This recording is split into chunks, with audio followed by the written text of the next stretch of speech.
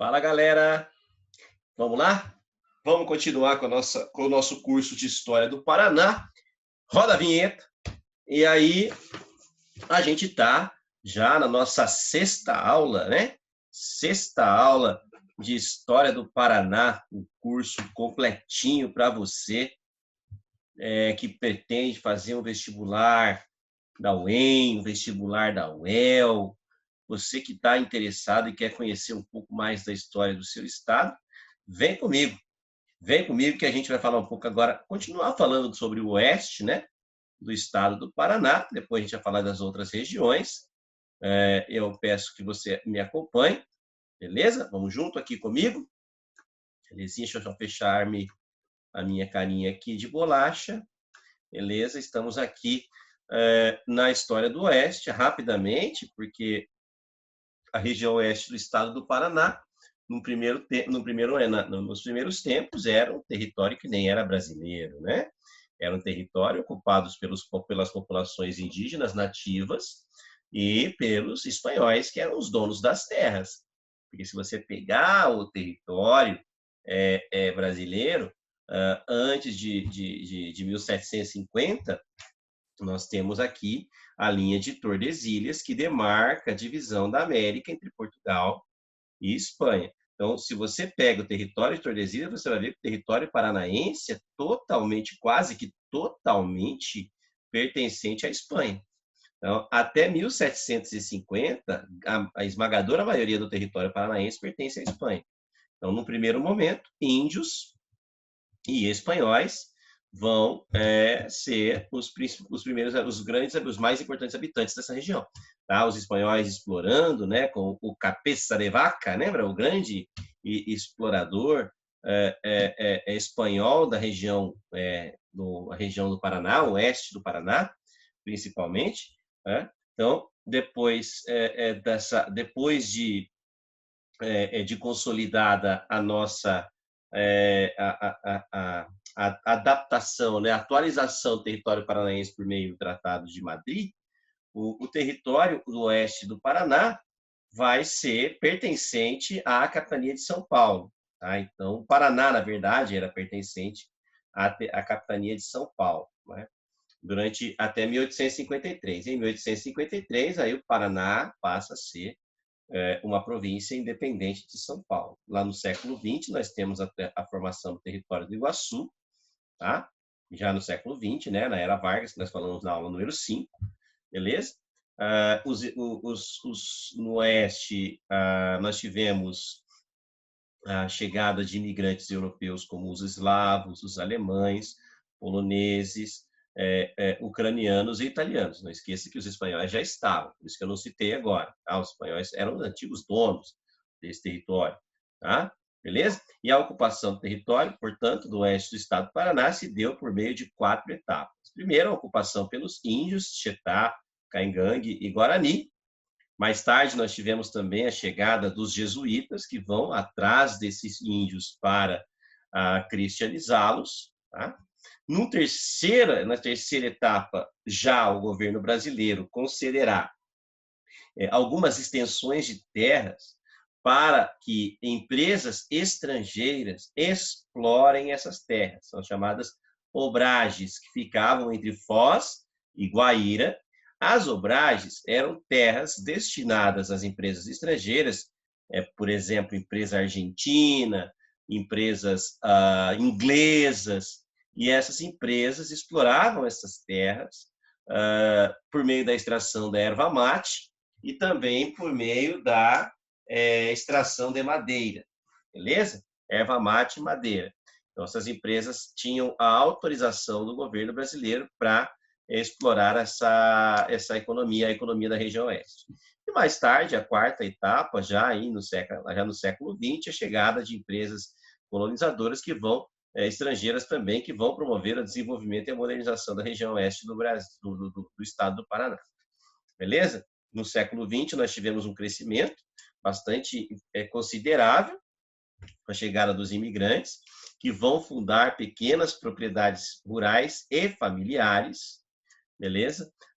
Não podemos esquecer, já falei sobre isso na aula anterior, a marcha para o oeste, quando o Estado varguista intensifica a colonização na região oeste do Estado, principalmente a partir da criação do território do Iguaçu em 1943, beleza?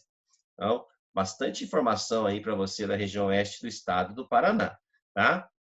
As frentes públicas, como eu falo para você, né, são frentes públicas, ou seja, ação do governo através do loteamento de terras, como por exemplo as obragens, e privadas por meio da exploração imobiliária. Terras são vendidas para quem as empresas compram essas terras e revendem essas terras por meio da exploração imobiliária, tá? Principalmente empresas privadas gaúchas. Os gaúchos ganharam muito dinheiro com a exploração da região oeste do estado do Paraná, beleza?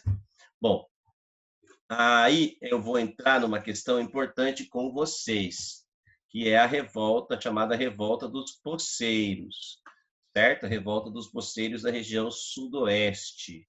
Tudo isso começa na região sudoeste do estado do Paraná, tá? A história começa com a Lei de Terras de 1850, que proibia que as terras fossem compradas e proibia que as terras fossem compradas por imigrantes e que regulamentava o acesso à terra, proibindo que as terras fossem invadidas ou griladas, tá? Então, a Lei de Terras de 1850, na época, ela ajudou bastante no processo de concentração fundiária no Brasil, porque só podia comprar terra quem já tinha terra, né? A Lei de Terras, ela na verdade garante uma certa facilidade para quem já tinha terras adquirir mais terras e por consequência disso nós temos um processo de concentração fundiária, tá? No Brasil. E aí a Constituição de 1891, né, vai estabelecer que as terras devolutas passam a ser propriedade do Estado, beleza? Propriedade do Estado, terra devoluta do Estado. E aí o Paraná, praticamente todas as terras do Paraná eram devolutas. Então as terras do Paraná passaram a ser estatais. Olha que informação importante que eu estou te dando, né? Ó, de acordo com a Constituição de 1891, terras devolutas passariam a ser propriedade do Estado. Paraná, a maioria dessas terras eram devolutas, ou seja, elas foram usadas pelo governo para pagar empresas privadas que resolvessem, por exemplo, colonizar dessas regiões, entendeu? Então, o governo, olha, eu preciso que vocês promovam a colonização, o desenvolvimento. A minha contrapartida é que nós vamos ceder essas terras para vocês promoverem o desenvolvimento e a modernização dessas terras, né? Então, no caso do Paraná, as terras devolutas foram usadas pelo governo para pagar empresas privadas interessadas em promover o desenvolvimento da região. Só que, né, o problema é o seguinte: Paraná, essas terras devolutas, elas são disputadas e as empresas particulares vão entrar em confronto com poceiros, já que as terras não têm donos, elas são terras que são do Estado, são terras devolutas. Muitas pessoas acreditam que elas têm o direito de invadir essas terras e vão fazer. Só que o problema é que eles vão invadir terras que são das empresas particulares que receberam essas terras do governo. Então, nós temos aí revoltas, né, principalmente na região oeste, como a revolta dos poceiros, tá? Então, os poceiros viam, o poceiro é aquele que invade, né? Os poceiros viam essas terras como meio de sobrevivência. Nós estamos falando de uma região muito pobre, muito miserável, não tem indústria, não tem nada que possa salvar a vida dessa gente, a não ser plantar e colher nessas terras. Então, os poceiros que não têm outra opção vão invadir essas terras e automaticamente estariam invadindo uma propriedade agora cedida para as empresas particulares, né? Tem a Cleveland Industrial e Territorial Limitada, CITLA, que vai ter a posse dessas terras, sabe? Tipo a Companhia de Terras Norte do Paraná aqui, ou melhoramentos aí lá em Maringá, tá? Essas terras, elas estavam sendo invadidas, né, pelos poceiros e a proteção dessas terras se dava por meio de muita violência. Então, essas empresas contavam com seguranças, com jagunços, e muitos desses poceiros, então, entravam em choque, muitas vezes, com esses jagunços, resultando em revoltas como uma insurreição em 1957, quando os poceiros, né, os colonos ocuparam cidades como Francisco Beltrão, Capanema, Planalto, Pato Branco, dois vizinhos. Essa revolta justamente porque as terras estavam nas mãos de empresas particulares e os poceiros precisavam dessas terras para poder plantar e colher numa região que não tinha outra opção a não ser a terra para o sustento dessa população. Tensão total na região sudoeste do Paraná, sobretudo na região de Francisco Beltrão. Beleza? É isso, tá? A região oeste, basicamente uma região tensa, que teve um papel importante do governo na cessão das terras para as empresas particulares, na comercialização de erva mate, na comercialização de madeira, na presença de europeus, estrangeiros, e um lugar muito tenso em virtude das terras paranaenses serem terras devolutas e que são usadas ou eram usadas pelo Estado para pagar empresas estrangeiras. Beleza, gente? Então, basicamente, é isso aí que você tem que entender da região oeste do Paraná. E os Campos Gerais? Vou falar um pouquinho sobre os Campos Gerais. Os Campos Gerais, primeiro, não esqueça, nós estamos falando ali da região de Ponta Grossa, de Castro, né? Então, essa região, ela vai ser uma região que vai demandar muita muito da ação dos tropeiros, tá? É uma rota de passagem dos tropeiros, que eram aqueles comerciantes que levavam mercadorias da região sul para a região sudeste, tá? Então os tropeiros levavam essas mercadorias da região sul para o sudeste, principalmente gado de corte, gado de transporte, né? Então esses caras eles vão passar pelos 3 estados do sul, pelas 3 regiões do sul, Paraná, Rio Grande do Sul, Santa Catarina. E quando esses caras passam por ali, né, na região dos Campos Gerais, eles vão ajudar ali no desenvolvimento de algumas cidades importantes da região dos Campos Gerais, tá? Então, demanda por gado de Minas Gerais faz com que essa região seja estratégica na passagem dos tropeiros. Muitas famílias paulistas compraram propriedades ali, chamadas sesmarias, né? Sesmarias são grandes propriedades que foram compradas por famílias de paulistas que vão criar ali as suas fazendas, vão dar origem às suas fazendas naquela região. E como aquela região é uma região propícia para a criação de gado, justamente pelo próprio fato de ser um corredor do tropeirismo, ali surgirão cidades importantes como Castro e Ponta Grossa. Então, na região dos Campos Gerais, a pecuária e o tropeirismo movem aquela região e ocupam aquela região. Beleza? A região norte, por sua vez, nós tivemos ali no século XIX, olha que interessante, no século XIX nós tivemos a fundação da chamada colônia militar de Jataí, século XIX, mas por uma questão de proteção, Brasil Império, né? Uma região, o sul do Brasil, uma região muito tensa em virtude das próprias questões platinas, não é? Não esqueça isso, tá? A região, essa base militar de Jataí é justamente em virtude da própria Guerra do Paraguai, uma região estratégica para uma base militar, numa época em que o Brasil precisa se preparar para o conflito, beleza? Aí a gente tem também a primeira expansão da cafeicultura na região norte do estado, isso por meio da atitude praticamente individual de empreendedores na região do Vale do Paranapanema, e a partir dali que se começa a formar o Norte Velho, tá? Região norte, chamado Norte Velho, que é lá na fronteira quase com o estado de São Paulo. Depois, a segunda fase da expansão cafeeira se deu com a interferência do capital inglês, né, com a Companhia de Terras Norte do Paraná e a Companhia Melhoramentos Norte do Paraná. Vamos ter o desenvolvimento de cidades como Londrina, Nova Dantes, que nós chamamos de Cambé, Maringá também, são cidades que vão surgir na segunda onda da expansão cafeeira pelo Brasil. pelo Brasil, pelo norte do estado do Paraná. E aí outras empresas também vão ajudar no desenvolvimento e na colonização da região norte, como a Brasil Tokurosco, é uma empresa japonesa, né? A importância do japonês é muito grande, Kaisha, Menbei,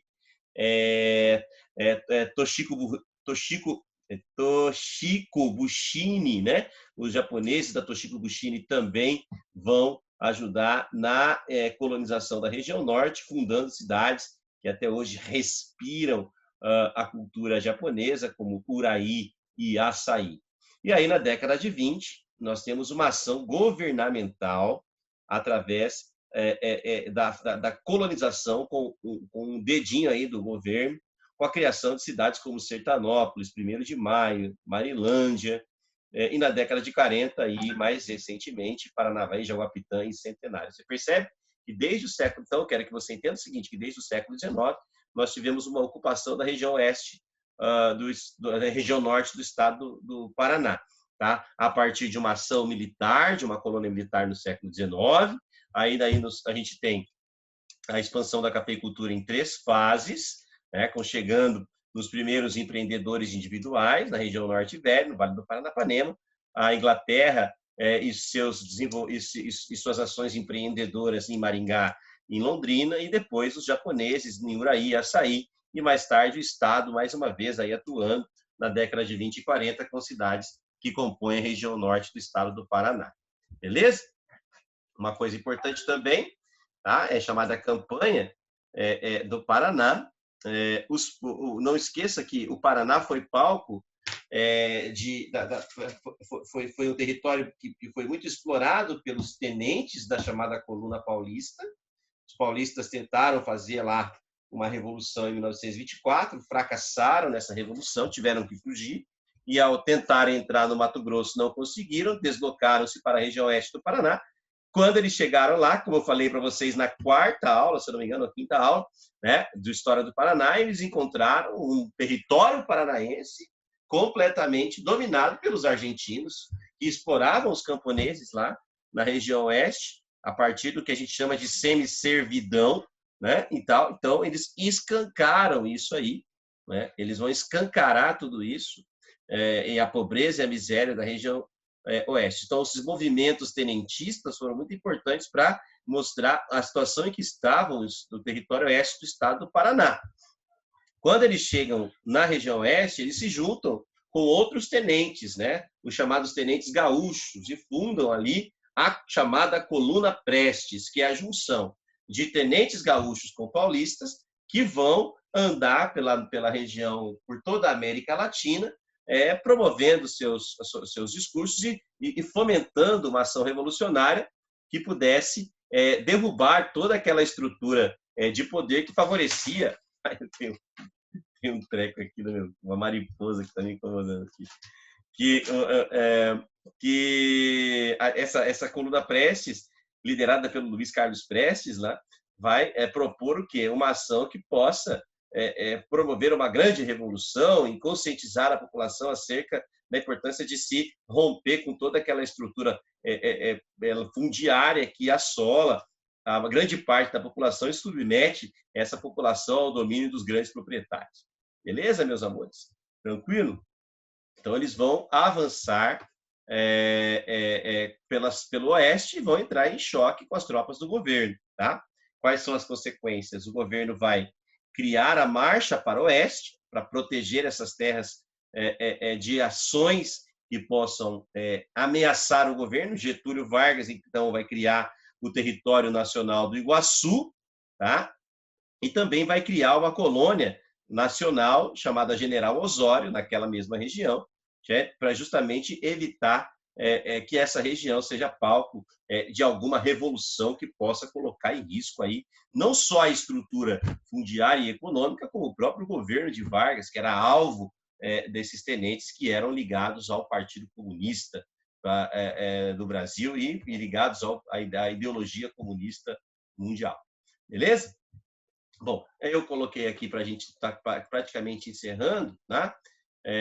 Eu volto na próxima aula para a gente encerrar, a gente fazer a nossa última aula de história do Paraná, falando de alguns conflitos e como foi a história recente do nosso estado.